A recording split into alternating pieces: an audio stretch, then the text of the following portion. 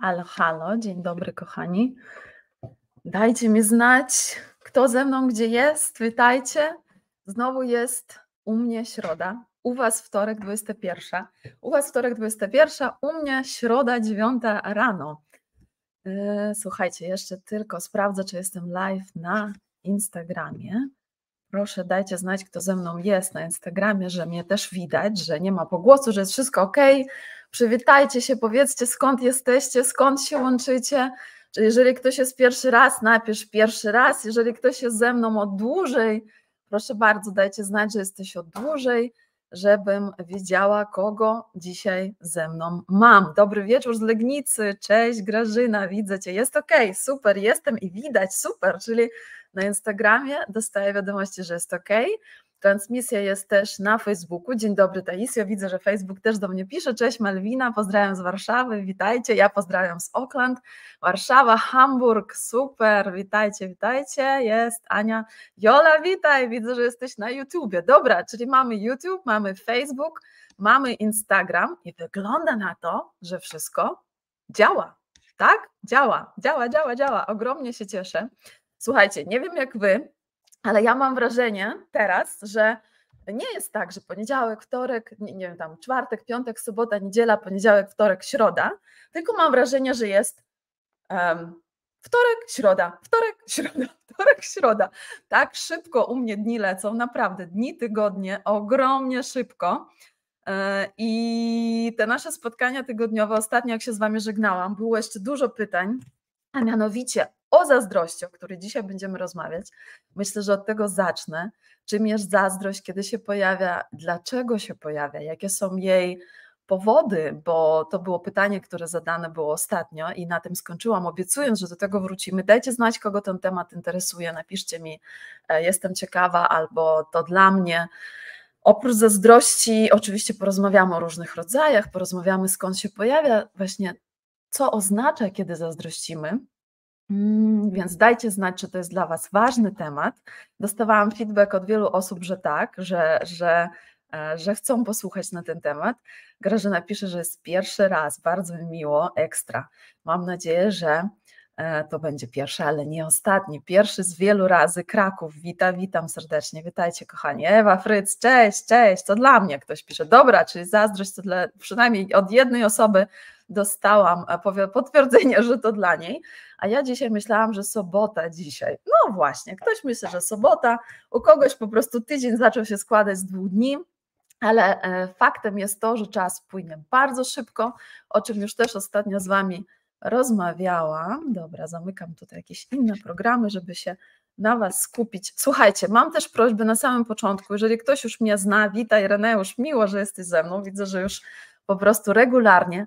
Jeżeli ktoś z was mnie już zna i wiecie, że warto podzielić się tym, co dzisiaj będzie się działo, udostępnijcie u siebie na Facebooku, na nie wiem, gdziekolwiek oglądacie, jeżeli się da udostępnić, podzielcie się teraz tym live'em, żeby ktoś, kto może powinien tu trafić dzisiaj, mógł trafić i posłuchać albo zadać swoje pytanie i po prostu coś usłyszeć dla siebie, być dotknięty, więc kto mnie zna, kto wie, że warto, kliknijcie share, udostępnij teraz, żeby poleciało na wasze social media. Będę wam za to wdzięczna ja i pewnie ktoś, kto może się nawet nie dowiedzieć, że trafił do mnie. Dzięki wam, tak jak wiecie, często dostaję wiadomości, trafiłam na ciebie przypadkiem, ale w kolejnym zdaniu jest, ale wiem, że przypadków nie ma, albo że przypadek to drugie imię Ducha Świętego, albo coś w tym stylu. I dzięki temu, że trafiłam, no to coś się w moim życiu zmieniło, albo odkryłam siebie na nowo, albo odbudowałam relacje z Bogiem, co jest ogromnie ważne, tak? I tak dalej, więc nigdy nie wiesz, może ty będziesz tym człowiekiem i ten jedno kliknięcie udostępnij, po prostu ulży komuś, pomoże komuś znaleźć odpowiedzi na swoje pytania. Cześć Magda, cześć, zrobione Jola, super, ekstra. Dobrze, to co? Lecimy z pytaniami, lecimy do zazdrości. Oczywiście ja tutaj sprawdzam Instagram, sprawdzam Facebook, będę patrzeć na bieżąco na wasze pytania, komentarze i na ile to jest możliwe odpowiem na wszystko, ale pytanie o zazdrości, a na co nie odpowiem zapiszę na następny tydzień, bo mamy z wami regularne randki. Dobra, pytanie o zazdrości brzmiało następująco. Już wam przypominam. Okej. Czemu czuję zazdrość? Tak, jedna osoba pisze, czemu czuję zazdrość? I, i ktoś jeszcze pod tym zapytaniem dodał, też to czuję, ale wtedy, gdy jestem z mężczyzną. Czyli tutaj mamy dwa różne rodzaje, słuchajcie, zazdrości.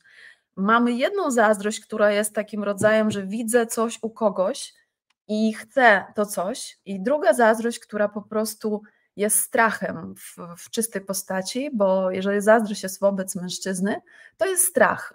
Pod tą zazdrością kryje się strach, ale porozmawiajmy po kolei. Najpierw o jednej, najpierw o drugiej. Czemu czuję zazdrość? Czym jest zazdrość w ogóle? Zazdrość to jest takie niefajne uczucie, które myślę, że każdy z nas zna, każdy z nas kiedyś się poczuł. I to jest tak, jak ja zawsze powtarzam, że cokolwiek czujesz w swoim życiu, to jest dla ciebie wiadomość. Wszystkie nasze uczucia, wszystkie nasze emocje, wszystkie nasze, każda emocja jest posłańcem. Jest posłańcem, który przychodzi do ciebie, żeby ci powiedzieć coś. Jeżeli czujemy się dobrze, jeżeli czujemy uniesienie, radość, miłość, dobroć, no to ten posłaniec mówi co? Mega, Taisia, jesteś na dobrej drodze. Andrzej, super, jesteś na dobrej drodze. Madzia, keep on going, bądź w tym miejscu. Robisz coś, co ci służy, dlatego czujemy owoce ducha. Jeżeli czujemy złość, jeżeli czujemy nienawiść, jeżeli czujemy zazdrość, to jest dla nas message, posłaniec, który krzyczy: idziesz w złym kierunku. Coś, co teraz robisz, tobie nie służy, dlatego czujesz to, co czujesz. Słuchajcie, ostatnio na naszym którymś tam spotkaniu trenerskim, już nie pamiętam którym, bo jest tych sporo, chyba na superwizji albo na certyfikacji, poruszyłam odrobinkę ten temat, że zazdrość to jest tak, jakby się znaleźć w cudzym tunelu spełnienia, bo ja wierzę, że każdy z nas ma swój tunel spełnienia, który definiują nasze wartości, czyli coś, co dla nas dzisiaj jest ważne. I w tym twoim tunelu spełnienia jest dla ciebie wszystko przygotowane, wszystko, o czym marzysz. Twoja kariera najlepsza, która jest dla ciebie, twój samochód marzeń, twój dom, twój mężczyzna czy kobieta marzeń, twoje dzieci, twój pies, twój królik, nie wiem, o czymkolwiek marzysz, w tym tunelu spełnienia wszystko, co twoje, w nim jest. Ale że my po pierwsze nie mamy pojęcia, gdzie ten tunel jest, po drugie w ogóle nie wiemy, że go mamy, nie wiemy, co to jest. Po trzecie często nie wiemy, jakie mamy wartości, jak nimi zarządzać, jak w nich żyć. To co robimy? Lądujemy w tunelach innych ludzi. Czyli na przykład zamiast iść swoją drogą, zamiast żyć w swoim prowadzeniu, ja ląduję w tunelu u Ani. I u Ani tam są fajne rzeczy, ale to są rzeczy czyje? Taisi czy Ani? No oczywiście, że Ani. Ja na nie patrzę i ona z nich korzysta i one są fajne i one jej służą i zaczynam myśleć, ja bym też tak chciała. I próbuję po to sięgnąć, chcę po to sięgnąć, no właśnie, Jola podpowiada, że na certyfikacji też, super. Próbuję po to sięgnąć, ale mi się nie udaje. Nie mogę po to sięgnąć, jakbym się nie starała. Dlaczego? Bo jestem w cudzym tunelu i to nie są rzeczy dla mnie. Wtedy zaczynam czuć co? Zaczynam czuć zazdrość. Zaczynam myśleć, dlaczego ta Agnieszka tak ma i ona to może mieć, a ja nie mogę? Dlaczego ma takie reakcje? Dlaczego tyle zarabia? Dlaczego jej się udaje, a mi się nie udaje? Czyli jeżeli czujesz coś podobnego, wyobraź sobie, że jesteś w tym tunelu, widzisz wszystko, tak jak powiedziałam, że wszystko do ciebie świeci i cię zaprasza, ale jesteś za szklaną ścianą, która jest dla ciebie niewidoczna, ponieważ to nie twoje rzeczy, to nie twój tunel. I dlatego zaczynasz czuć zazdrość. Bardzo często obok zazdrości idzie jeszcze inne uczucie, które się nazywa bezsilność. I oni idą w parze i nie są fajną parą, bo zabierają nam ogrom energii, radości, spełnienia i sprawczości. Więc jeżeli czujesz zazdrość i bezsilność, bo ta parka tańczy razem, to dla ciebie jest znak. Pierwsze, jesteś w cudzym tunelu spełnienia. Czyli patrzysz na czyjeś życie, które nie jest twoje, może nawet te rzeczy ci nie są potrzebne, ale z jakiegoś powodu, zazwyczaj to jest dlatego, że nie wiesz, co jest twoje, chcesz sięgnąć po cudze. I my w tym jesteśmy regularnie wszyscy. Kto czuje to, co mówię, kto czuje, że to ma sens, napiszcie ja, albo dajcie serduszko, żebym wiedziała, że ze mną jesteście, bo ja kocham mieć dialog. Nie tylko sama ze sobą rozmawiać, ale widzieć, że jesteście ze mną. Dajcie mi feedback, że jesteście, słyszycie i że to do was mówi. Czyli pierwsze, jesteś w cudzym tunelu spełnienia. Co trzeba zrobić, żeby z niego wyjść? Trzeba zrozumieć, gdzie jest twój tunel, bo on jest. Jak to zrozumieć? Przepracować swoje wartości. Jeżeli teraz mnie słuchasz i myślisz, o, ja znam wszystko na temat swoich wartości, nie, kochani. Jeżeli mi powiesz rodzina, wiara, kariera albo, nie wiem, niezależność, wolność i to są moje wartości, nie. Za wartościami kryje się ogromna głębia. Kryją się tam twoje kotwice, blokady, przekonania, coś, co ciebie albo wzmacnia, albo rozbraja. I musisz odpowiedzieć sobie na pytanie, gdzie droga mojego prowadzenia dzisiaj zabiera mnie? Co jest aktualne dzisiaj dla mnie? I jak tylko zaczniesz nad tym się zastanawiać, są badania wartości, między innymi też u mnie, możecie zobaczyć, cała formuła geniuszu pomaga też wejść w tunel spełnienia, ale jakby, czyli pierwsza rzecz, nie jesteś na swoim miejscu. Druga rzecz, jeżeli czujesz zazdrość, słuchajcie, zazdrość to jest korzeń wszelkiego zła poniekąd, dlatego 10. przekazanie, tak, numer 10, 10. przekazanie mówi o czym? Innymi słowami, można powiedzieć nie zazdrość, czyli nie chciej tego, co ma ktoś, bo jeżeli ty dzisiaj tego nie masz, to nie jest ci to dzisiaj co? Potrzebne. Jak sobie radzić z zazdrością? Jeżeli ona się pojawia, to oznacza, że nie jesteśmy wdzięczni za to, co mamy.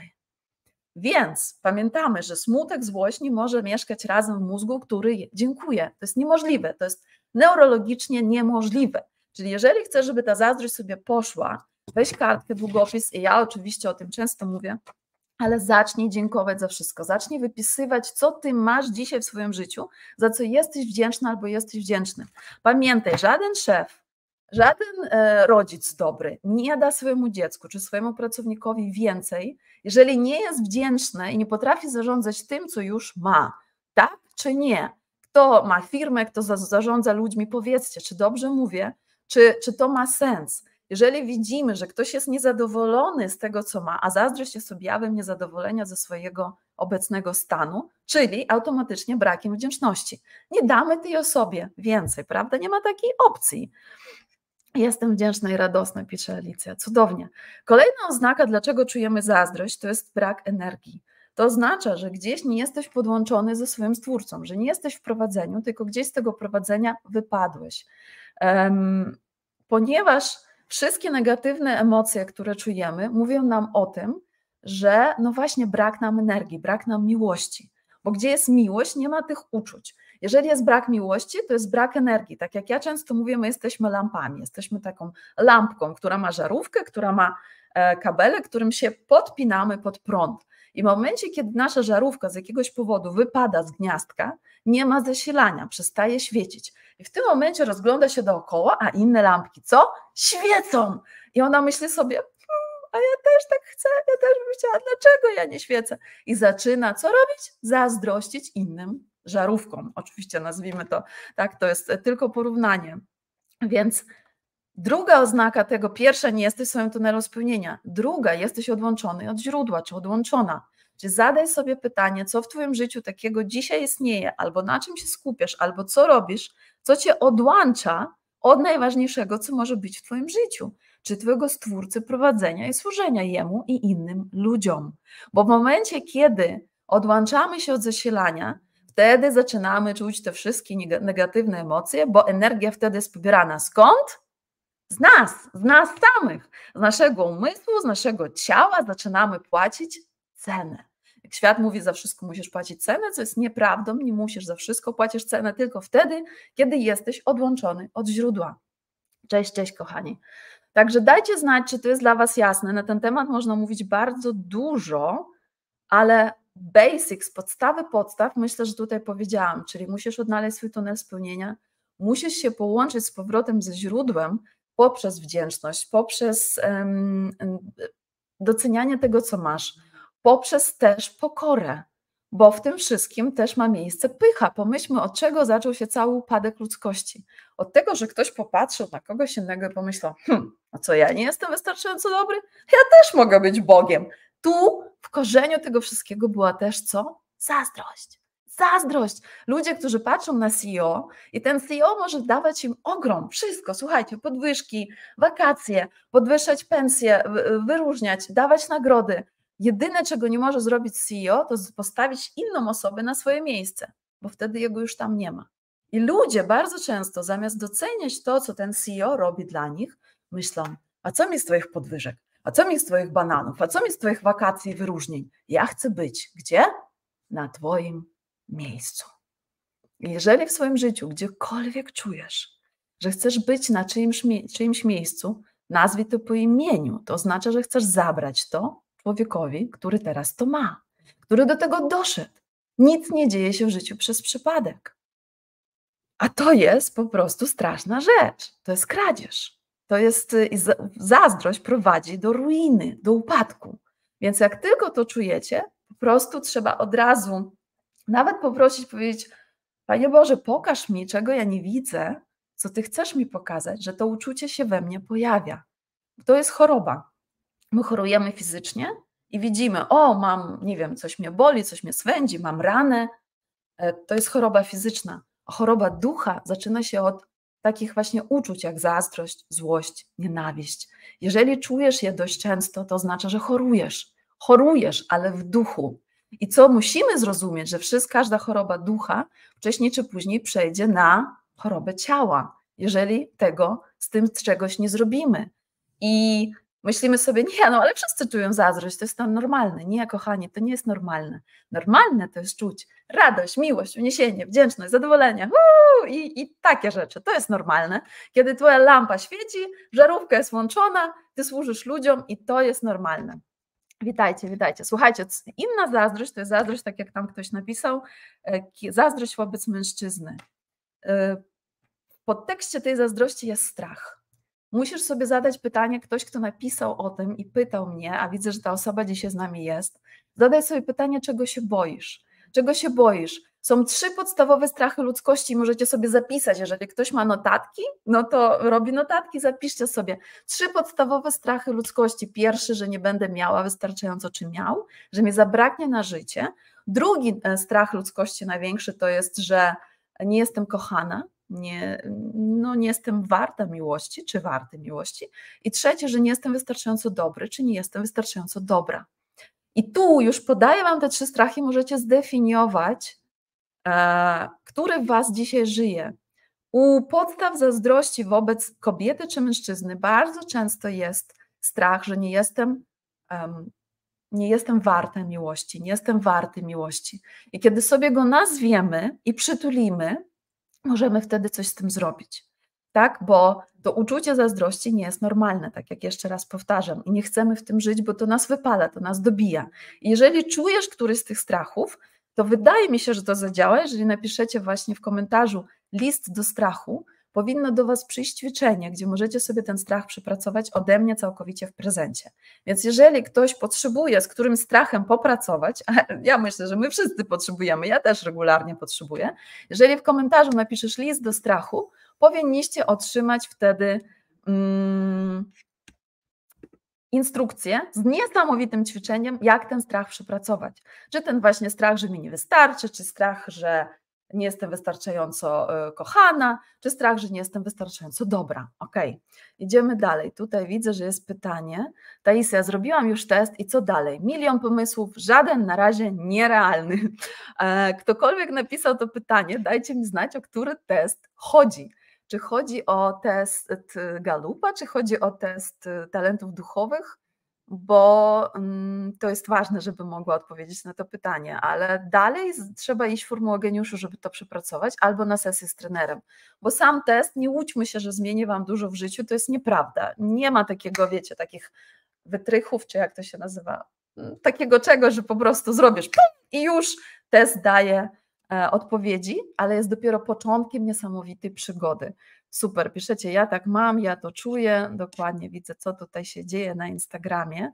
Okej, odpowiedź jest test Galupa. Co zrobi? Jeżeli ktoś zrobił test Galupa i nie wie, co dalej, pierwsze, co polecam, na YouTubie mam nagrane super filmiki na temat każdego talentu, więc pierwsze, co zrób, wpisz nazwę swojego talentu Taisia Laudy na YouTube i wam się wyświetli cała playlista o 34 filmikach talentach Galupa, gdzie o każdym opowiadam dość głęboko i to da wam już niesamowity insight.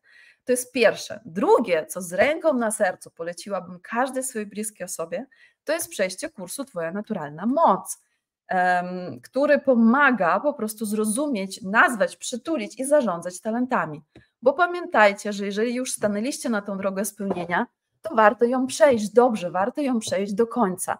Ja się tym zajmuję prawie już 15 lat i to jest moja wielka pasja, pomagać ludziom odnaleźć swoje narzędzia spełnienia, swój tunel spełnienia i włączyć swoją latarnię morską w oceanie, tak? Czyli mówię teraz o formule geniuszu. Jeżeli ktoś nie wie, o co chodzi, to też możecie wpisać na YouTubie Formuła Geniuszu, Taisia, albo wejść na stronę i tam jest w menu Formuła Geniuszu i zapoznać się, co to jest, bo formuła jest po to, żeby właśnie pomagać Wam, poradzić sobie ze wszystkim i wejść. Moja misja to jest przyprowadzić ludzi do spełnienia, bo ja wierzę, że sukces bez spełnienia jest porażką ostateczną. I jeżeli osiągasz sukces, ale w tym sukcesie nie czujesz radości, gdzieś zatraciłeś siebie, no to w ogóle nie ma sensu. To życie jest smutne. Skąd o tym wiem? Bo sama to przeżyłam. Ja dzisiaj zrobiłam test, pisze Żaneta Galupa i byłam w szoku, jak wszystkie talenty i tu mi urwało komentarz.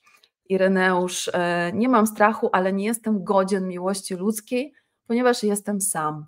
Wystarczy mi miłość ojca. Ireneusz, podejrzewam, że jest właśnie do przepracowania. Zobacz, mówisz, nie jesteś godzien. Zadajmy sobie zawsze pytanie, coś w co wierzymy, coś co do nas mówi, tak? Przemawia do nas. Połóżmy rękę na sercu i zapytajmy, czy to jest prawda. Gdyby Ireneusz do ciebie przyszedł jakikolwiek inny człowiek na ziemi i powiedziałby ci, Irek, nie jestem godzien miłości, to co byś mu powiedział? Czy to jest prawda, czy to jest fałsz? Napiszcie mi wszyscy, czy to jest prawda, czy to jest fałsz. Ja wiem, że to jest iluzja, to jest fałsz. To jest przekonanie, które żyje z jakiegoś powodu dzisiaj w twoim sercu, Irek, i blokuje ciebie od wszystkiego pięknego, co twój Stwórca, Ojciec, o którym piszesz, chce ci dać. I błagam cię, przyjrzyj się temu, bo to nie jest prawda, że nie jesteś godzien miłości ludzi. Nie ma ani jednej osoby na planecie Ziemia, która nie jest godna miłości innego człowieka. My wszyscy do tego zostaliśmy stworzeni. Zostaliśmy stworzeni do miłości. Oczywiście wobec naszego Stwórcy, ale też do miłości wobec siebie, bo przez miłość do siebie objawiamy relację naszą też z górą. Tak jakby o tym Biblia mówi, to jest klarowne, więc jeżeli wierzycie w coś, co wam nie służy, a skąd wiecie, że wam nie służy? Stąd, że jak to myślicie, to obserwujcie swój duch. Czy on robi dobrze mi z tym, czy po prostu się kurczy i umiera. Jeżeli kurczy się umiera, to jest fałsz. To jest fałsz, w którą uwierzyłeś i dzisiaj ona limituje niesamowity plan twojego pięknego, niesamowitego Stwórcy na twoje życie. I błagam cię, zajmij się tym i myślę, że list do strachu ci w tym, Irek, bardzo pomoże, ok? Czyli cokolwiek myślicie, co wam nie służy, co kurczy wasz duch, musicie to wyrzucić, bo to jest iluzja, to jest fałsz. Jest cytat, który kocham i ciągle powtarzam. Jezus powiedział, ja przyszedłem, żeby dać wam życie i to życie w obfitości, ale jest ten, który przychodzi, żeby kraść i rujnować. I to jest proste. Patrzcie, jeżeli myślisz coś, jeżeli robisz coś i w wyniku tego coś jest rujnowane, coś jest okradane, czy ktoś, czy ty z pięknych uczuć, czy jakaś sytuacja życiowa, to jesteś teraz pod wpływem kogo?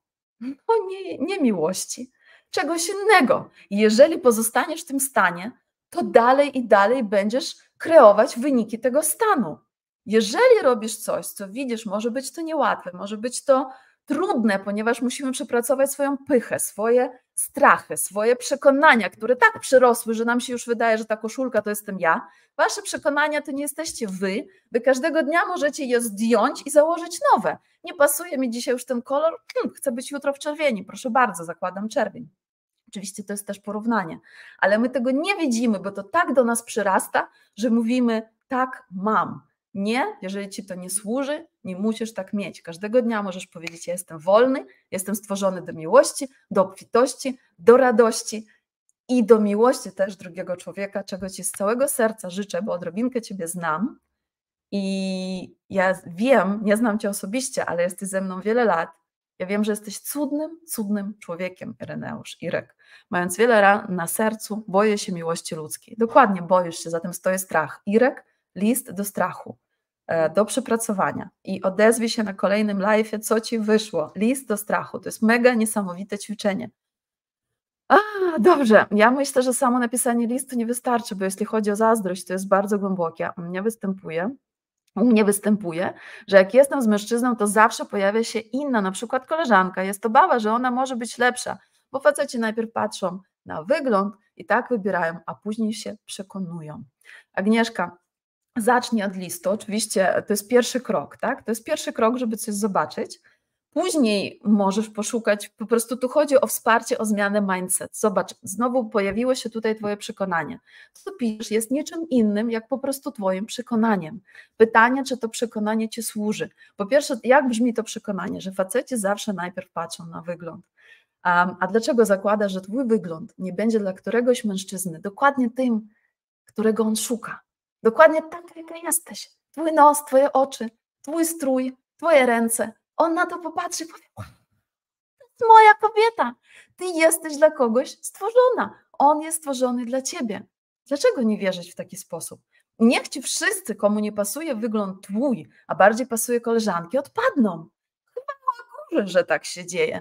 Bo po co nam ktoś, kto nie doceni nas takimi, jakimi my jesteśmy? Twój człowiek rozkocha się w tym, w czym inni widzą wady. On będzie widział, że to jest to będzie jego, wiecie, to będzie dla niego najważniejsze. Inni będą widzieć, może coś nie tak jest z uszami, może coś nie tak z oczami, a dla niego to będzie to coś. Tak jest czy nie? Napiszcie mi, czy dobrze mówię. Agnieszka, to wszystko chodzi o to, w co wierzysz. Żeby zmienić swój mindset, żeby zmienić swoją świadomość, co wierzymy. Jak w Biblii jest napisane, załóżcie po prostu, że załóżcie ubrania nowe, że daję wam nowe szaty, daję wam, zakładajcie codziennie hełm zbawienia i tak dalej, ubierajcie się w zbroję duchową. Po co? Żeby nie żyły w nas nowe, stare przekonania, tylko te, które nam służą. Bo to, co teraz napisałeś, ktoś powie, no masz rację, no tak jest, może tego doświadczyłaś, ale pytanie, czy to ci służy. Wyobraźcie sobie, my mamy niesamowitą moc wpływu na swoje życie. To jak myślisz, tak masz. To jak patrzysz na świat, tak go widzisz. Wy wiecie, że naukowo jest udowodnione, że siła patrzącego zmienia rzeczywistość. Jeżeli patrzysz na mężczyznę i wierzysz, że on jest dobry, że on dostrzeże twoją duszę też, że on jest, nie wiem, taki, to takiego mężczyznę spotkasz.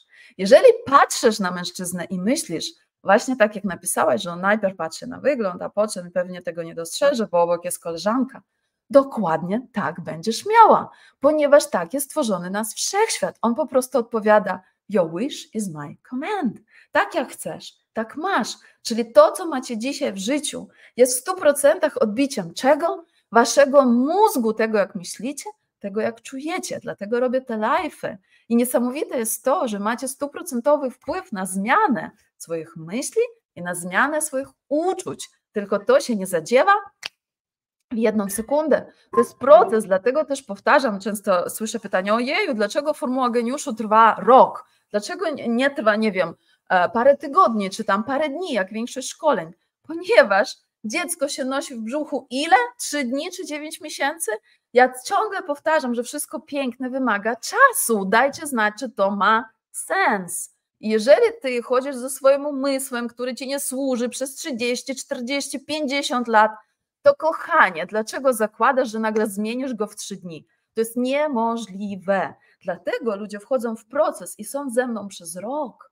Przez rok słyszą słowo, przez rok zbudują nowe przekonania, przez rok zmieniają swoją świadomość i po 3-4 miesiącach już są ogromne zmiany. Po pół roku są zmiany. Kto wie, o czym mówię, kto jest w formule geniuszu, albo ją przeszedł, albo jest w trakcie, napiszcie parę słów, proszę, bo ja też jestem ciekawa, później to wszystko poczytam. Czy to ma sens? Czy byście woleli, żeby to trwało na przykład 5 dni? Nie ma opcji, ja nie widzę w tym sensu, ponieważ jeżeli ja dam wam narzędzie, jeżeli ja ci dam długopis, pilot, nie wiem, samochód, ale nie zmienię twojego mindsetu, nie zmienię twojego umysłu, twoich emocji, to ty z tym wszystkim, co dostaniesz, pojedziesz do tej samej przepaści, do której jechałeś przed. Nic się w twoim życiu nie zmieni. Żeby była trwała zmiana, trzeba założyć nowe szaty. Jest napisane, oto tworzę wszystko nowe, tak? Co to znaczy, tworzę wszystko nowe? Żebyś miała, buziaki, moje dziecko właśnie wychodzi do szkoły, buziaki mnuś, cudownego dnia, kocham, żeby, co mówiłam, czekajcie, żeby osiągać, jeżeli, to jest proste, patrzcie, patrzysz na swoje życie i coś ci w nim nie pasuje i nie myśl wtedy z pozycji ofiary, ojeju, tak już mam. I tak będę mieć. To jest pozycja ofiary. Człowieku, ty masz moc. Ja tu przychodzę, żeby ci powiedzieć, ty masz moc. Twój Stwórca napisał na samym początku Biblii, że jesteś stworzony na Jego co? Podobieństwo. Ludzie w ogóle, czy wy rozumiecie, jaka to jest moc? Co to znaczy, że jesteś stworzony na Jego podobieństwo? Co to znaczy? Napiszcie mi. Po pierwsze, On słowem stworzył wszechświat. Twoje słowa mają moc. Wy nie macie pojęcia, ile ja słyszę, jak ludzie wypowiadają coś i nie zdają sobie sprawy, że oni właśnie tworzą swoją rzeczywistość. Piszą coś i nie zdają sobie sprawy, że właśnie tworzą swoją rzeczywistość. Jeżeli mówisz coś, czego nie chcesz mieć w swoim życiu, to właśnie tworzysz swoją rzeczywistość, zmień swój język. Salomon, najmądrzejszy człowiek, który żył na planecie Ziemia, napisał, w języku jest moc zabić, dać życie albo zabrać życie. W języku, w tym, co ty mówisz. Jeżeli słuchasz mnie dzisiaj i pierwsza rzecz, którą zrobisz, zaczniesz pilnować po tym live'ie, co mówisz, co wychodzi z twoich ust, albo co piszesz, bo to też jest mega mocne, i zadasz sobie pytanie, co ja mówię? Mówię, o jestem brzydka, albo faceci patrzą tak i tak. Czy to ci służy? Jeżeli służy i tak chcesz, zatrzymuj i powtarzaj, i powtarzaj, i powtarzaj, i doświadczaj, i doświadczaj, i doświadczaj. Nie służy? Przestań to mówić. Zacznij mówić inaczej. Jeżeli nie wierzysz w to, bo ja nie jestem człowiekiem, który mówi, rób afirmacje, w które nie wierzysz. Znajdź na to potwierdzenie w Pismie Świętym, bo dla mnie ono ma niesamowitą moc i powtarzaj, co jest tam napisane. Powtarzaj, bo to będzie miało moc i to ma pokrycie. I zobaczysz, jak będzie się zmieniać twoje życie, twoja miłość, twoje relacje, twoje samopoczucie, bo ludzie po prostu często są w takim, wiecie, no tak mi jest, tak mi już będzie, bo tak miała moja babcia, ciotka i wszystkie moje przyjaciółki tak mają. Ty nie musisz tak mieć. Jeżeli siedzisz na tym live'ie, jeżeli masz ten przywilej słuchać mnie i być tutaj razem z tymi innymi niesamowitymi ludźmi, którzy teraz słuchają, to nie jest przypadek. Jesteś tu, ponieważ jesteś gotowa czy gotowy na zmianę. Jestem pewna tego na 1.000.000%, bo gdybyś nie była gotowa na zmianę i na nowe życie, na lepsze, nie byłoby ciebie na tym live'ie. Tak czy nie? Mam rację czy nie mam racji? Jeżeli jeszcze ktoś nie udostępnił tego dalej, proszę bardzo, zróbcie to teraz, bo myślę, że tematy miłości, zazdrości, spełnienia są tak ważne dla nas wszystkich. Dla kogo są ważne? Puśćcie mi serduszko, żebym zobaczyła, że są. Czekajcie, co tu się dzieje, zerkam. Bardzo dobrze mówisz, mi nie służy, jak mój mąż mnie denerwuje, jego teorie odnośnie dzieci, ale jestem, trwam i walczę ze sobą. Może nie trzeba walczyć, może po prostu trzeba w miłości porozmawiać. Widzicie, my też mamy problem z komunikacją. Większość z nas ma ogromny problem z komunikacją. My albo wszystko połykamy, ale potem jak już się przypełnia, to wyrzucamy i to w taki sposób, że już się nie da przeżyć, nie da przetrwać i jest konflikt, jest kłótnia. Albo mówimy to atakując i sama też często robię tak, nie mówię, że jestem, wiecie, tutaj święta, to jest trudne, to jest bardzo trudne, żeby cały czas być w stanie miłości, ale to, co wiem na pewno, że z czymkolwiek przyjdziemy do drugiego człowieka i powiemy słowami miłości, wtedy zawsze to upadnie na dobry grunt, bo miłość otwiera serce, atak zamyka serce. Co to znaczy? Każde zdanie można powiedzieć z miłością i każde zdanie można powiedzieć tak, że już nie będzie nic, że nie będzie rozmowy. Okej. Jak wejść z tobą w formułę geniuszu? Słuchajcie, na mojej stronie taisialaudy.org formuła geniuszu, jak wyjdziecie tam i kolejna rusza w maju i nie będę teraz, chyba że będzie więcej pytań na ten temat, wtedy poświęcę na którymś live'ie, ale na stronie wszystko jest. Wchodzicie na moją stronę, który tutaj widzicie i w menu jest formuła geniuszu. W ogóle posłuchanie o formule według mnie ogrom daje. Wszystko wymaga czasu, dokładnie, super, jest mocnie, zdajemy sobie sprawy, super, super, super, dziękuję mocne. Okej, czy kurs Twoja naturalna moc jest zawarty w formule geniuszu? Tak, dokładnie, kurs Twoja naturalna moc jest pierwszym krokiem formuły geniuszu, także jeżeli masz go za sobą albo jesteś w trakcie, to jesteś w pierwszym kroku formuły. Wiara to nie duchowość. Dokładnie tak mam, jak mówisz, Taisia, mam problem z komunikacją, ale tylko z mężem. No właśnie i widzicie, nasze żony i mężowie są dla nas też darem ciągłego rozwoju, doskonalenia się. Więc jeżeli tylko z mężem, to też trzeba zadać sobie pytanie, co takiego jest we mnie, że ja nie potrafię do niego powiedzieć z miłością, bo to nie jest w nim, bo widzicie, błąd, który my często popełniamy, to jest to, że my szukamy błędu w drugiej osobie, a wtedy co robimy? Jeżeli szukamy błędu tylko i wyłącznie w drugiej osobie, wtedy oddajemy ster naszego życia komu? Tej drugiej osobie. Jeżeli myślimy, co ja mogę zrobić inaczej, co ja mogę poprawić, wtedy ster swojego życia trzymamy gdzie? U siebie. I oczywiście jest jakiś moment, kiedy już zrobiliśmy wszystko, co mogliśmy, nic się nie zmienia, wtedy musimy to też zawsze zostawiać górze, i żeby pokazała, jaka jest na to wola.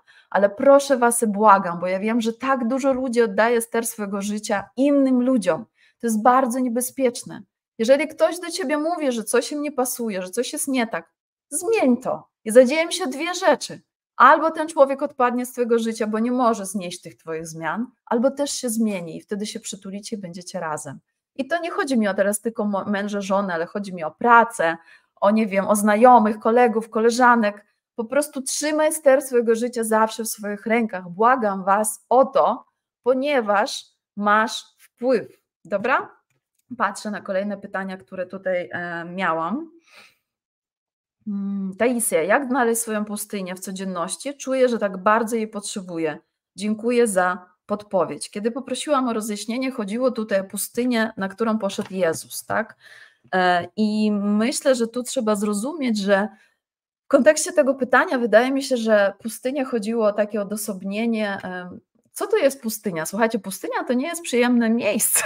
Pustynia, na którą poszedł Jezus, nie było fanem, to nie było zabawa, to było miejsce, gdzie był kuszony, gdzie był sprawdzany, tak? De facto to był jego wielki sprawdzian, nie największy, bo największy był zupełnie inny i o tym wiemy, ale pustynia nie jest miejscem wyciszenia. To nie jest miejsce nawet modlitwy, chociaż modlitwa tam pomaga. On poszedł na pustynię, żeby się zmierzyć z kimś, z kim przyszedł się mierzyć i był kuszony na wszystkie sposoby, tak? Poprzez różne propozycje, które odrzucał, i to zwróćmy uwagę, w jaki sposób odpowiadał cały czas: napisane, napisane, napisane. Pamiętacie, na poprzednim live'u mówiłam, że Słowo Boże jest naszym mieczem w walce duchowej, w której uczestniczymy. I tu mamy konkretny przykład, kiedy Jezus był na pustyni, był atakowany przez szatana, odpowiadał: napisane, i napisane, nie mówił nic od siebie. I także jeżeli ktoś tutaj napisał mi pytanie, jak znaleźć swoją pustynię, ja myślę, że to jest troszkę takie pytanie niebezpieczne, bo tej pustyni nie trzeba szukać. Uwierzcie mi, że w momencie, kiedy będzie twój czas przejść swoją pustynię, to w niej się znajdziesz. Na to trzeba być przygotowanym. To nie jest łatwe. Zwróćcie uwagę, że dopiero po pustyni Jezus, kiedy wyszedł, zaczął mówić: jestem. Przed tym nie używał stwierdzenia jestem, a wiemy, że wszystko, co idzie po jestem, jest niesamowicie mocne. Dopiero po wyjściu z pustyni mówił: jestem alfą, omegą, jestem drzwiami, jestem tym, tak jakby zwyciężył w tej walce, zrozumiał, kim jest. Co to jest pustynia w naszym ludzkim życiu? To są trudne sytuacje, w których widać, kim ty tak naprawdę jesteś. To jest wtedy, kiedy ktoś cię okrada. Może emocjonalnie, może duchowo, może fizycznie.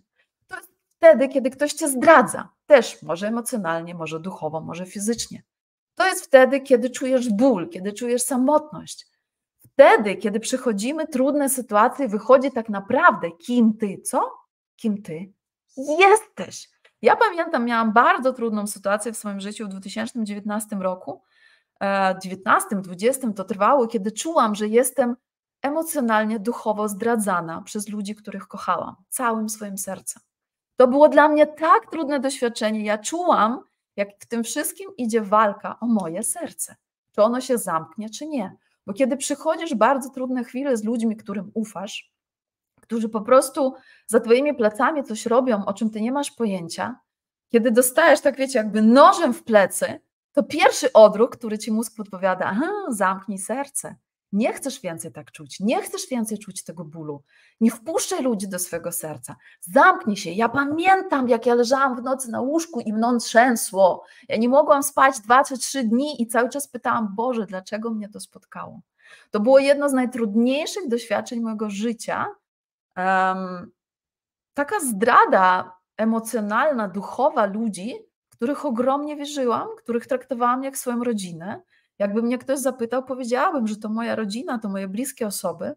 I kiedy zadziało się to, co zadziało, ja pamiętam, ja nigdy nie czułam takiego wpływu tych złych mocy na mnie, jak wtedy. Ja po prostu leżałam na łóżku i mną telepało. Ja nie rozumiałam, ja cały czas słyszałam w głowie, skoro tak ci robią, to coś jest nie tak z tobą. Skoro tak ci robią, to coś jest nie tak z tobą, bo co nam mówi tłum? Jeżeli ludzie ci, większość coś ci robi, to problem jest gdzie? W tobie, tak? Ty jesteś winna. I to było moje największe pytanie do góry. Ja mówiłam, Panie Boże, pokaż mi, co ja zrobiłam nie tak. I oczywiście były jakieś rzeczy, było coś, co mogłam zrobić inaczej, ale to nie o to chodzi. Nawet gdybym zrobiła to inaczej, ci ludzie i tak by to zrobili.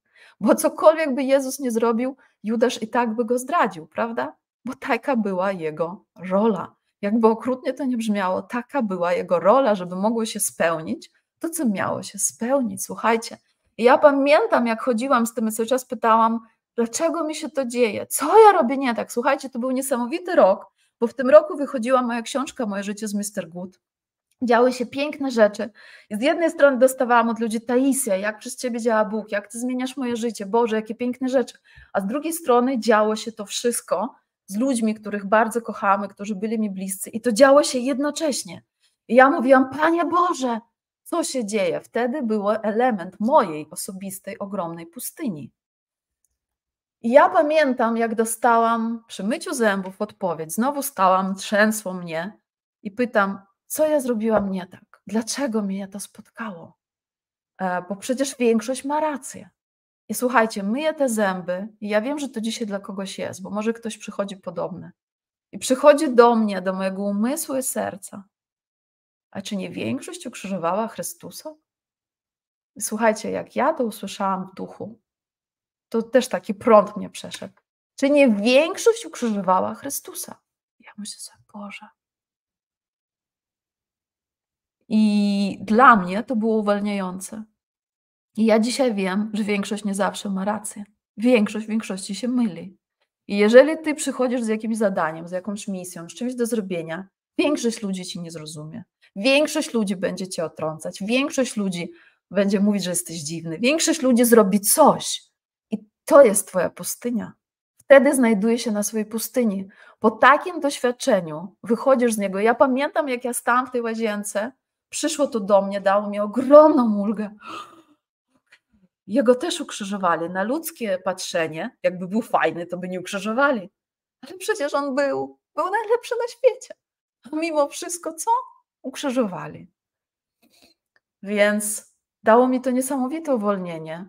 Ale to też była moja pustynia. W odpowiedzi na to pytanie, że ja chcę się znaleźć na pustyni. Kochani, kiedy pustynia wasza do was przyjdzie, albo już przez nią przychodzicie, to tak jak powiedziałam, musimy na to być gotowi, bo wtedy zrozumiesz, kim ty tak naprawdę jesteś i po czyjej stronie ty stoisz i co ty chcesz robić.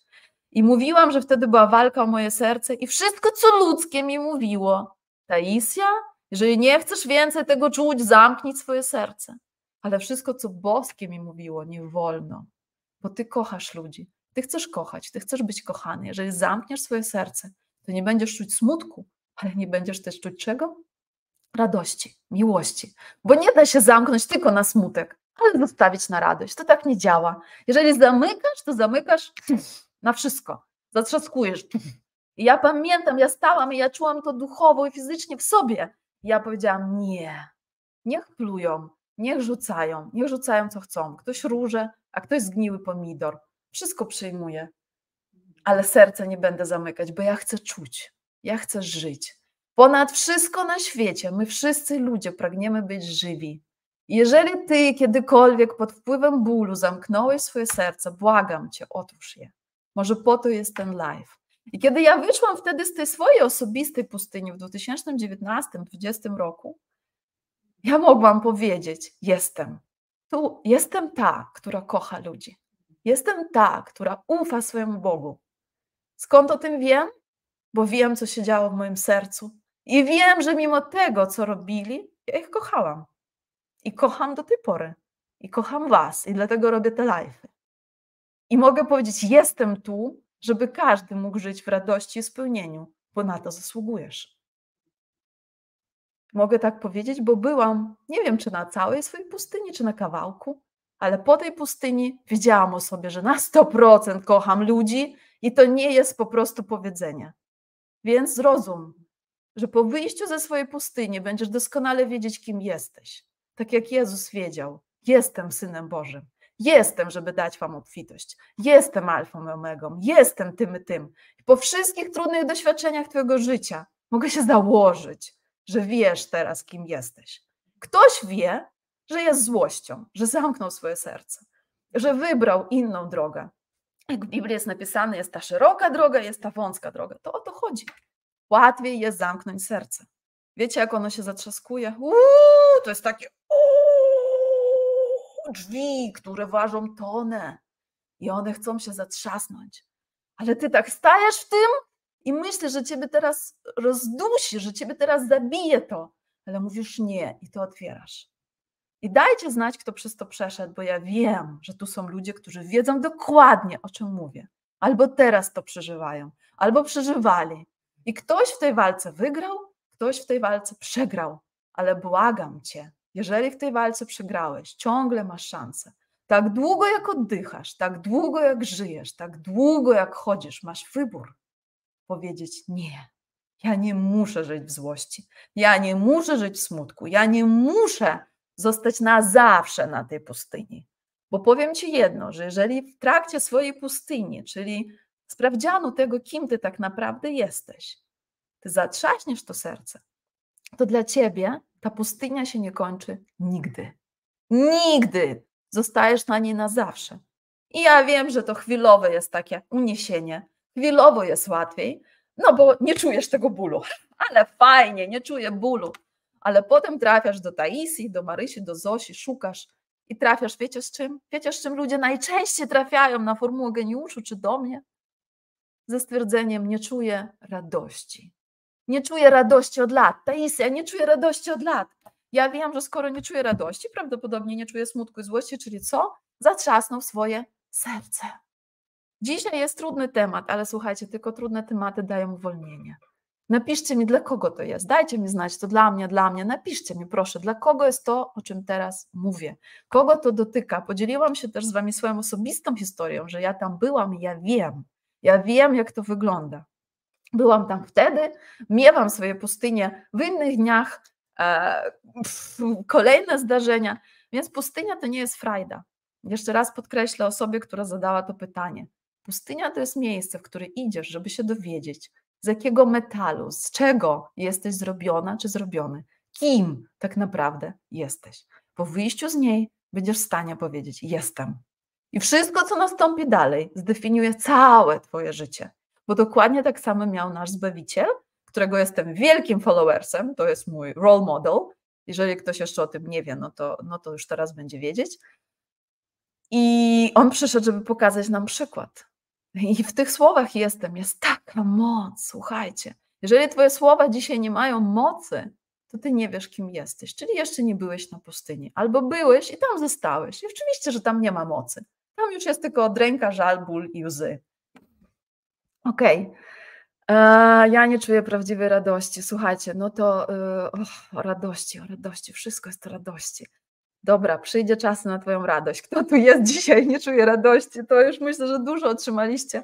Ja nie potrafię siedzieć w spełnieniu i braku miłości, ale uczę się od ciebie, dzielić się z nią innymi. Super, dziękuję. Patrzę, co tu się dzieje. Kawał pustyni za mną. Ewa, mega! I dlatego jesteś, jaka jesteś. Uwielbiam cię. Ja czuję, wiecie, że to czuć, bo Ewa akurat, która to napisała, znam osobiście, jest naszą trenerką Formuły Geniuszu. I widać po ludziach, kto jest po pustyni. Widać, bo to są takie piękne osoby duchowo. Wiecie, piękne osoby duchowo, każdy jest piękny, ale patrzy się na ludzi i widać, a to jest taki niemowlak. A to jest ktoś, kto jest w wieku nastolatkowym i myślę, że już wszystko wie, ale jeszcze nic nie wie, bo jeszcze nie był na żadnej pustyni. A ktoś widać, że jest młodą osobą, bo to nie zależy od wieku. Możesz mieć 25 lat, ale już być po tylu pustyniach. I patrzysz na tego człowieka, on jest taki piękny w duchu, on jest taki bogaty w duchu, wiecie, o czym mówię? Takie po prostu wow, Ewa, i ty jesteś jedną z takich osób w moim życiu. Uwielbiam ciebie widzieć, uwielbiam ciebie słuchać, bardzo czuję twoje serce. No właśnie, ktoś pisze, tyle razy mnie zranione, ale nie potrafię przestać kochać ludzi. Czy w 100% możesz o sobie powiedzieć, jestem tą, która kocha ludzi. Po prostu tak jest. Dziękuję za to, że tu jestem dziś. To nie przypadek, to wszystko, o czym mówisz, ja to przechodzę. Edyta, tak, super, pamiętam twoje wiadomości do mnie. Dobra, patrzę jeszcze na jedno pytanie. Chyba że ktoś tutaj zada w czacie, a jak nie, to sięgnę po te, które do mnie przysyłacie. Widzicie, te pytania są tak głębokie, że ja po prostu odpowiadam na 2 i mamy po live'ie. No ale wolę powiedzieć więcej, żebyście to poczuli, niż tak po prostu prześliznąć się, tak? Ach. Dobra. Jak rozpoznajesz sygnał? To coś, co czujesz w ciele, w sercu, w umyśle. Jak możemy się podłączyć pod te częstotliwości? Rozumiem, że tu Jola przesłała, tu chodzi o ten sygnał, który idzie z góry. Troszkę o tym już dzisiaj mówiłam i wszystko jakby we wszystkich live'ach o tym cały czas mówię. Jak rozpoznaję sygnał? Słuchajcie, głos Boży, bo to o ten sygnał chodzi, czyli w tym świecie hałasu, w świecie, w którym jest tyle wszystkiego, tyle bodźców, tyle live'ów, tyle reklam, tyle wszystkiego, tyle propozycji. Jak rozpoznać, że to jest sygnał ten, za którym iść? Jeżeli ktoś chce się podzielić, oczywiście napiszcie w komentarzach, jak wy rozpoznajecie. Pamiętajcie, ja wszystkie wasze komentarze później czytam, bo dla mnie to jest ogromnie ważne. Jak ja rozpoznaję? Po pierwsze, ten głos jest bardzo cichy i delikatny, dlatego bardzo często go nie słyszymy, bo nie jesteśmy nastrojeni, tak? Jest tyle hałasu, to jest pierwsza myśl. Jak ktoś zapisuje, zapiszcie, albo będzie to nagranie na podcaście moim, podcast Taisia Loud będzie na YouTubie, będziecie mogli wrócić. To jest pierwsza myśl. Ta myśl jest zawsze bardzo cicha. Ona nie jest natarczywa. Ta myśl niczego ci nie każe. Ona zazwyczaj albo pyta, albo stwierdza. Na zasadzie, a może wyszłabyś na spacer? A może wyszłabyś na spacer? I nawet nie powie, bo słońce świeci, bo to już jest myśl inna. Tylko ona ci delikatnie proponuje. Ona ci nigdy nie krzywdzi. Ona ci nigdy nie każe. Albo mówi, wyjdź na podwórko. Wtedy to jest inne, ale dostajesz do tego energię. Jeżeli to jest polecenie, ono też jest delikatne, ale za tym idzie energia na zrobienie tego, co do ciebie przychodzi. Żeby usłyszeć ten sygnał, trzeba być oczywiście na to wyczulonym, trzeba być wyciszonym w środku, trzeba znać ten głos. Jak w Biblii jest napisane, moje owce znają głos swego pasterza i go rozpoznają. To jest najważniejszy głos na świecie. I ci z was, którzy go kiedykolwiek słyszeli, to nie jest tak, że ja słyszę w głowie głos, dziecko moje, weź buty, wyjdź na spacer. Nie, to nie jest to. To jest takie wewnętrzne jakby myśl, ale ty wiesz, że to jest zupełnie inna myśl niż wszystkie inne myśli, bo inne myśli są natarczywe, inne myśli tłumaczą. Jeżeli ta myśl coś ci tłumaczy, to nie jest ten sygnał. Ten sygnał nigdy nic nie tłumaczy. On ci proponuje albo ciebie pyta. I to jest tak kochające i to jest zawsze ściśle związane z miłością. Jeżeli myśl, która do ciebie przychodzi, nie wywołuje od ciebie miłości, to nie jest ten sygnał. Nawet jeżeli jest bardzo poprawna. Nawet jeżeli się podpiera Słowem Bożym, bo może znam to z autopsji. Nawet jeżeli proponuje ci coś takiego, ale ty czujesz smutek, ból, confusion, czyli takie niezrozumienie, nie wiesz o co chodzi, to nie jest ten sygnał. Ten sygnał, jak go słyszysz, on zawsze jest taki, że czujesz w sobie, wiesz, że jak za tym pójdziesz, to będzie fajnie. On często nie jest logiczny, ten sygnał. I dlatego mózg zaczyna go zwalczać. I o tym też jest nagranie na YouTubie moje o 3 głosach. Ja często o tym nagraniu powtarzam. Jak ktoś ma pod ręką, rzućcie w czacie link. Ja nie pamiętam, jak ono się nazywa. 3 głosy, czy jak rozpoznać głos w twoim umyśle, w sobie. I tłumaczę tam właśnie o profesorze, o dziecku i o robotniku. I ten sygnał to jest dziecko, to jest twoje wewnętrzne dziecko, to jest twoje serce, to jest duch, który w tobie mieszka. Dziecko jest słabsze niż robotnik i profesor. Profesor to jest ten mądry, to jest twój umysł, który krzyczy, który wie, który właśnie tłumaczy, dlaczego coś masz zrobić. Robotnik, twoje ciało, on w ogóle, tak w skrócie wam powiem, on w ogóle najchętniej to by się na kanapie położył, sobie włączył filmik, piwko wziął i nic nie robił. I on w ogóle tam profesorowi mówi, daj sobie spokój, chodź odpoczniemy. A ty dziecko idź tam się w ogóle siedź, ja tu odpoczywam. Czyli te 3 głosy mają zupełnie różne agendy. Ale w twojej mocy jest wyciszyć robotnika i profesora i dać ster wewnętrznemu dziecku, czyli duchowi. To jest w twojej mocy, kiedy po pierwsze świadomie powiesz, ja chcę cię słyszeć. Dziecko lubi ciszę. Jeżeli przebywasz dużo w ciszy, jeżeli przebywasz w przyrodzie, usłyszysz ten głos, usłyszysz ten sygnał. Jeżeli będziesz dawać sobie energię wzmacniać się energetycznie na zasadzie kochasz zwierzęta, przybywaj ze zwierzętami, kochasz wodę, jedź nad jezioro, jedź nad morze, kochasz jakąś muzykę, najlepiej klasyczną, wyciszającą, bądź w tej muzyce.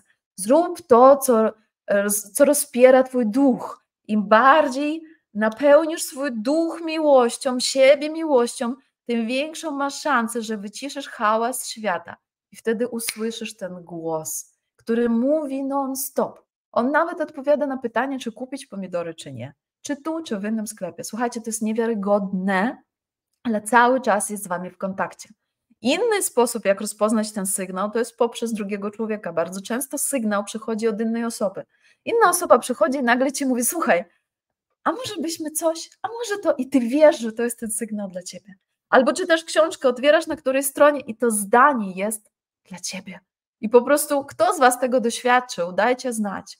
Więc podsumowując, to jest cichy, delikatny głos albo myśl, który przychodzi jako pierwszy, dlatego tak łatwo go utracić. On nigdy nie tłumaczy i nie jest natarczywy, tylko jest delikatny, proponujący albo mówiący, co zrobić, i do tego idzie energia, do tego idzie takie pchnięcie wewnętrzne, że masz to zrobić, ale takie dobre, takie wiecie, że czuję moc, tak, mam tę moc. Jeżeli będziesz podążać za tym sygnałem, nauczysz się go wychwytywać i zaczniesz za nim iść, twoje życie będzie zupełnie inne. Na początku, tak jak mówię, to jest nielogiczne, więc trzeba temu zaufać. Ale jeżeli zaufasz raz, dwa i zobaczysz, co się dzieje, jakie cuda są w twoim tunelu, jakie cuda czekają i są dla ciebie przygotowane, to jedyne, co chcesz robić, to jest rozpoznawać ten głos. Dlatego ja, kiedy wstaję każdego dnia rano, ja mówię, Boże, co dzisiaj robimy? Jaki jest twój plan? Ja mam swój plan, ja mam swoją kartkę, ale pokaż mi, co na tej kartce jest dla ciebie dzisiaj najważniejsze. I wiecie, co się dzieje? Są punkciki, które tak jakby, one tak, ja widzę, że one są takie radosne, a niektóre tak, muszę się tak wysilić, żeby je zrobić. I ja się biorę za te radosne, za te, na które dostaję moc, na które dostaję energię. I będę o tym mówić więcej. Jeżeli macie pytania na ten temat, jak żyć w prowadzeniu, jak wejść w swój tunel spełnienia, albo o cokolwiek, o czym mówię, proszę wyślijcie do mnie wiadomości, najlepiej na Instagramie, w DM, tak, do mnie, albo też na Facebooku. Wszystko odczytam, wszystko sobie zapisuję, mam program, gdzie notuję wasze pytania i troszkę powoli, no ale odpowiadam na nie według waszych potrzeb. Mam nadzieję, że dzisiaj wam posłużyło, że ktoś dla siebie coś ważnego usłyszał. Jeżeli jeszcze nie udostępniłeś tego live'a na swojej osi czasu, proszę, zrób to teraz, ponieważ bardzo dużo ludzi szuka sygnału i może ten live będzie dla kogoś sygnałem, a ja wiem, że to jest sygnał. Ja wiem, kim jestem i z czym do was przychodzę i wiem też, że większość z was to czuje i też wie.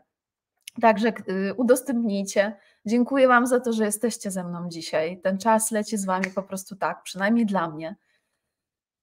Zerkam, doświadczam często, super, słyszycie ten głos, rewelacja, myśli, odpowiedzi przychodzą też z radia, mediów, dokładnie, tylko trzeba wychwycić to info i do tego jest potrzebna uważność, dokładnie, trzeba nastawić się na tą po prostu częstotliwość, na tą wibrację, bo wibracja miłości jest zupełnie inna niż wibracja strachu, smutku.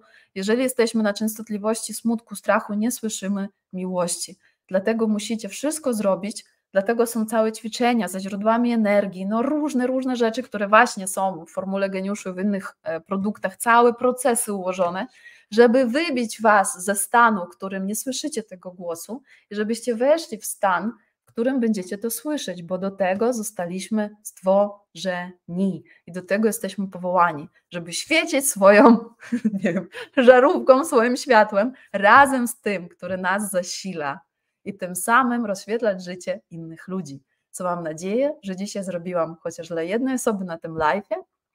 Dajcie znać, z czym wychodzicie, co dla was było najważniejsze dzisiaj. Napiszcie mi w komentarzach, ja do tego wrócę. Live będzie zapisany na pewno na moim YouTubie, będzie zapisany na moim podcaście, jeżeli ktoś lubi słuchać audio. I co? Jak Bóg da, widzimy się za tydzień. Ściskam was z całego serca, dziękuję za to, że jesteście. Dziękuję za wasze pytania i zaufanie. Miejcie dobry wieczór i kolorowych snów, a ja zaczynam dobry dzień, tak? Dziękuję za każde słowo. Dzięki, Paulina. Dzięki. Tak, jeżeli ktoś chce otrzymać list do strachu, wystarczy, że napiszecie list do strachu i powinno do Was przyjść, albo wyślemy do Was ten list. Widzimy się. Kocham Was, ściskam. Jestem ta, która kocha ludzi i przyszła tu, żeby każdy mógł mieć życie w radości i w spełnieniu. Ściskam. Pa, pa. Okej.